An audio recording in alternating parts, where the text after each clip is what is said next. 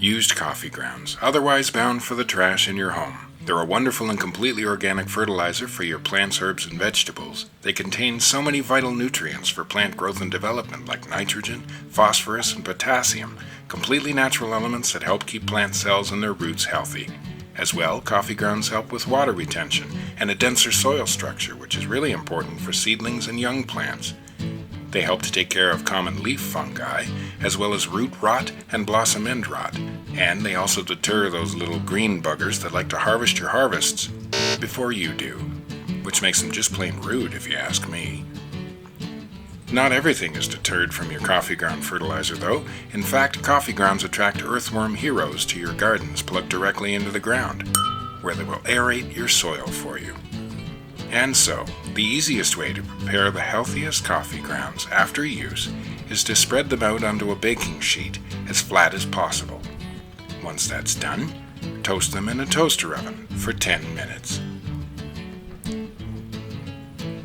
In the absence of a smaller toaster oven, a conventional oven can be used. Just preheat it to 200 degrees Fahrenheit and use a baking sheet or tin foil to toast them for 10 minutes. After 10 minutes, remove them and give them a stir.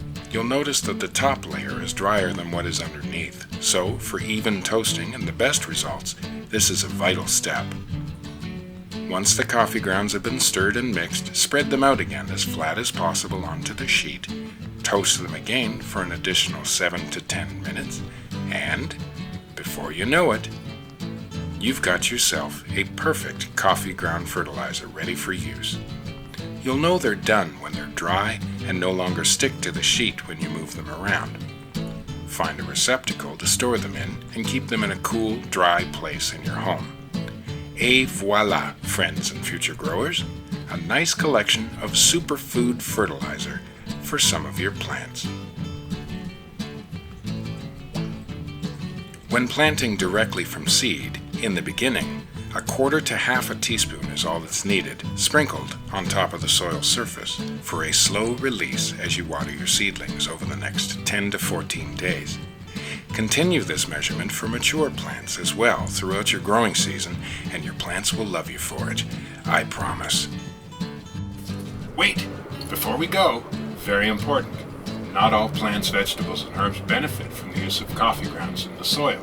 One of the main things coffee grounds does, along with everything else that I've pointed out, is it raises the acidity level of the soil content, which is great for plants that love a more acidic soil.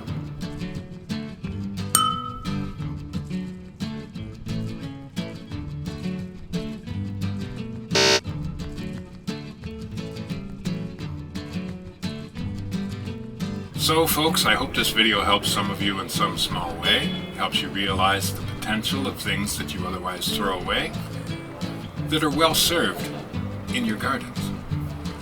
Until next time, happy growing.